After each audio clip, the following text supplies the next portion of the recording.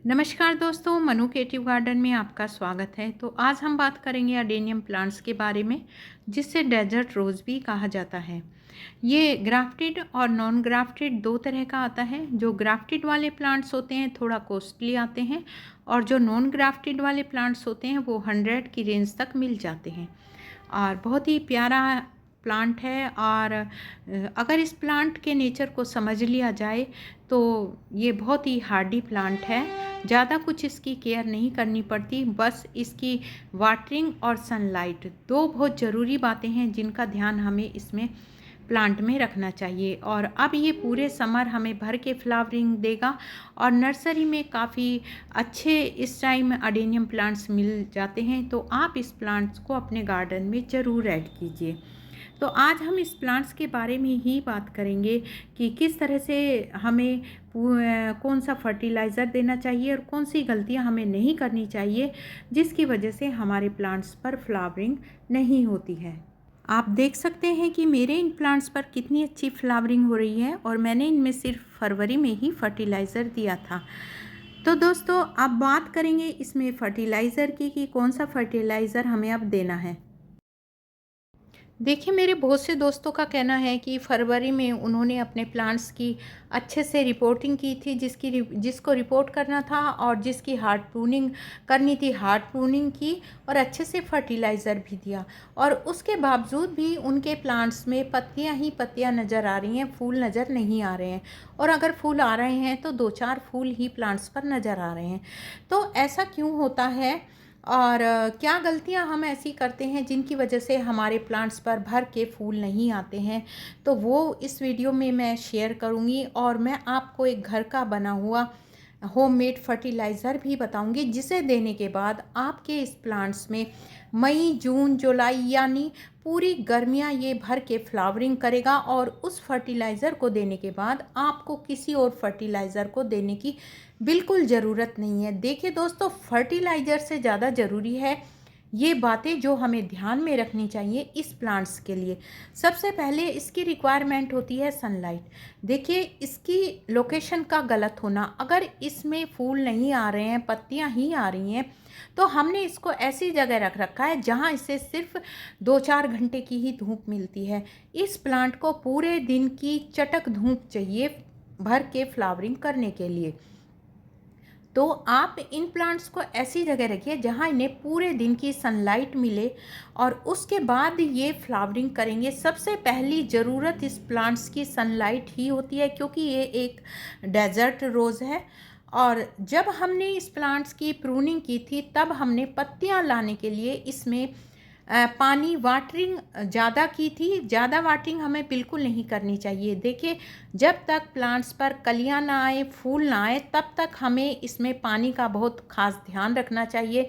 और अगर इसमें पत्तियां नहीं आई और उससे पहले हम इसमें पानी दिए जा रहे हैं, यानी डेली पानी देते हैं, तो उससे होगा क्या, आपके प्लांट्स में पत्तियां ही पत्तियां आएंगी, फूल बहुत कम आएंगे। तो इसलिए हमें पानी का खास ध्यान रखना चाहिए। इतने हमारे प्लांट्स पर कलियां और फूल नहीं आते हैं, इतने हमें डेली वाटरिंग नहीं करनी चाहिए। और उसके बाद दोस्तों, हमें इसमें लो नाइट्रोजन फर्टिलाइज़र देना चाहिए। इसमें हाई नाइट्रोजन रिच फर्टिलाइज़र बिल्कुल नहीं देना चाहिए। उससे ये होगा जो आप सामने देख रहे हैं, इस प्लांट्स पर पत्तियां ही पत्तियां आपको नज़र आ रही हैं, क्योंकि इसमें मैंने चाय की पत्ती का फर्टिलाइज़र दिया था, जिससे इसमें पत्तियां ही पत्तियां आई। नाइट्रोजन रिच फर्टिलाइज़र देने से आप बचें। और उसके बाद मैं आपको बताऊंगी कि इसमें अब होममेड कौन सा ऐसा फर्टिलाइज़र देना चाहिए जिससे ये पूरी गर्मियां भर के फ्लावरिंग करे। देखिए, सबसे पहले तो आप हल्की हल्की गुड़ाई कीजिए अपने सभी प्लांट्स की, और इसकी मिट्टी वेल ड्रेन होनी चाहिए। ये तो आप सभी जानते हैं, क्योंकि जिन दोस्तों के पास मेरे अडेनियम प्लांट्स हैं उनको अच्छे से पता है कि इसकी मिट्टी वेल ड्रेन होनी चाहिए। मिट्टी में पानी बिल्कुल होल्ड नहीं होना चाहिए। इस तरह की इसकी सोयल हमें बनानी चाहिए। और ये देखिए दोस्तों, मैंने एक कटिंग लगाई थी और मेरी कटिंग ये अच्छे से ग्रो हो गई है, और इसको अब मैं रिपोर्ट करूँगी। मैं लेट हो गई हूँ, लेकिन ये कटिंग इसी टाइम ये ग्रो हुई है, तो मुझे इसकी रिपोर्टिंग करनी पड़ेगी ताकि इसमें अच्छे से कलियां और फूल आ सकें। और अब मैं आपको ये फर्टिलाइज़र बताती हूँ। ये देखिए दोस्तों, आप सामने देख रहे हैं, ये प्याज के छिलके हैं, केले के छिलके हैं और इसमें मैंने आलू के छिलके ये वॉश करके मैंने अच्छे से धूप में सुखाकर इस तरह मिक्सी में ये पीस लिए। तो ये हमारा पोटेशियम और फॉस्फोरस रिच फर्टिलाइज़र बन के तैयार हो गया। और इसमें हमें एक फर्टिलाइज़र और ऐड करना है, ये है चौक का पाउडर। देखिए, अंडे के छिलके भी हम डाल सकते हैं, लेकिन उन्हें डिकम्पोज होने में काफ़ी टाइम लगता है। और मेरे पास ये चौक रखी थी तो मैंने चौक का पाउडर डाल दिया और इसमें मैंने डाल दी है हल्दी। देखिए, हल्दी डालने से होता क्या है, हल्दी डालने से हमारी जो रूट्स होती है प्लांट्स की, उसको फंगस नहीं लगती है और इसमें ख़राब होने का भी डर नहीं रहता। देखिए दोस्तों, हल्दी एंटी बैक्टीरियल एंटी फंगल होती है और इसे डालने से एक तो हमारी मिट्टी में कोई भी फंगस नहीं लगती है, रूट्स में कोई भी फंगल इन्फेक्शन नहीं होता है, प्लांट्स हमारा हेल्दी रहता है। और ये आप सामने देख रहे हैं, डब्बे में मैंने इसका लिक्विड फर्टिलाइज़र भी तैयार कर रखा है। और अभी मैं इस लिक्विड फर्टिलाइज़र को नहीं दूंगी, क्योंकि अभी ये 2-3 महीने के लिए यही फर्टिलाइज़र काफ़ी है। इसकी जो सबसे पहली रिक्वायरमेंट होती है वो होती है सनलाइट। और इसमें हम फर्टिलाइज़र भी डालते हैं, लेकिन हमें इसकी जो ये कुछ ज़रूरी बातें हैं उनको ध्यान में रखना बहुत ज़रूरी है, यानी इसमें वाटरिंग और सनलाइट का ख़ास ध्यान रखना पड़ता है। और इस तरह से मैंने अपने जितने भी पॉट्स थे सभी की मैं गुड़ाई की है और गुड़ाई करने के बाद मैंने इसमें ये फर्टिलाइज़र दिया है।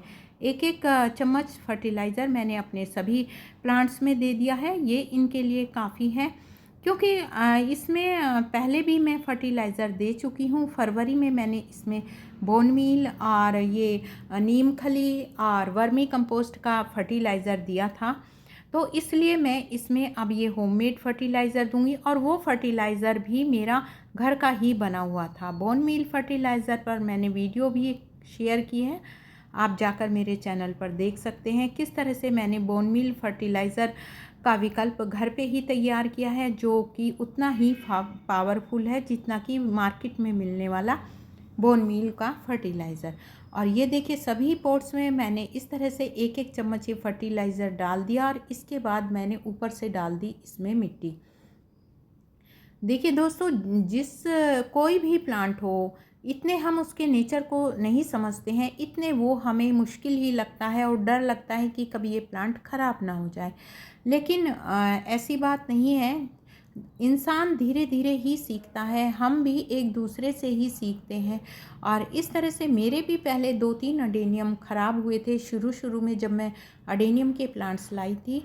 तो ऐसी बात नहीं है कि हमारे प्लांट्स ख़राब नहीं होते हैं, इतनी केयर करने के बावजूद भी प्लांट्स ख़राब हो जाते हैं।